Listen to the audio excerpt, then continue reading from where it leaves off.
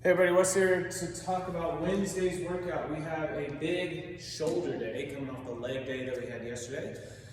And we're going to mix in some core movements. And if you ever doubted how much core you use on things like strict press, and push jerk, today we'll highlight that for you pretty well as you start going through the workout and get fatigued on those. By using those core on the core movements, you're going to really start feeling it on those shoulder to overhead movements. First, we're going to go into our strength, which is 12, 10, 10 strict press. You've started to feel it in these past couple weeks, how heavy those strict press are going to get as you get over those big sets. Let's try to add a little bit of weight if we can to our 10s as we're building here, maybe from your 12s that you did last week. And just like front squat, and just like we've been doing the last couple weeks, even though we're working on those big number sets, it's not going to be an easy set throughout, but let's try to, as we get through set 9 or rep 9 and 10, that we're still keeping good form, and we're not leaning back, or we're not starting to dip, or we're not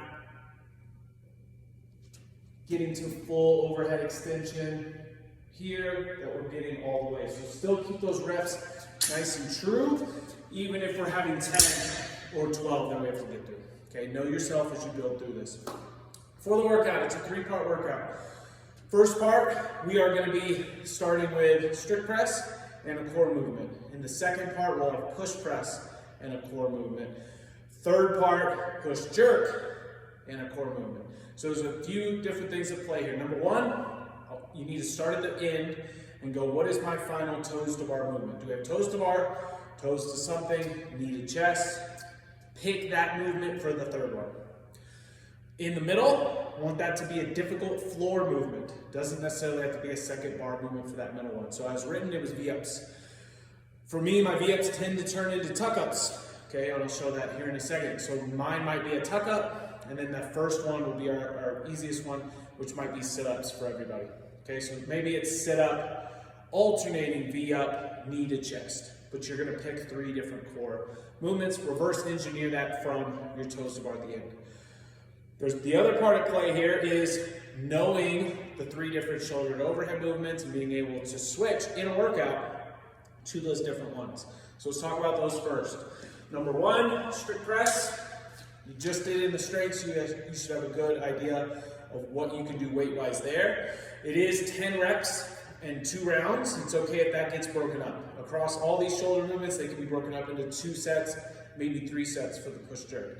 Strict press though, let's make sure those legs aren't getting involved, but lock everything out, push all the way into that overhead position, punch the elbows forward, and back down. Even when we start going into the workout, it's faster, you still need to maintain that full control of that bar and not start swinging or dipping, kipping into that next rep. Second one, push press. Now we get that little bit of a dip. It's not a squat. Okay, so let's not lean forward and start going way down, but just a little bit of a dip, drive. Knees and hips extend, and we end up at the top just like strict press, totally locked out. Dip, drive. Again, this one can be broken up into 2 sets if we need to. And then push jerk, dip, and then dip again, making sure we can still lock out overhead and get that bar all the way around.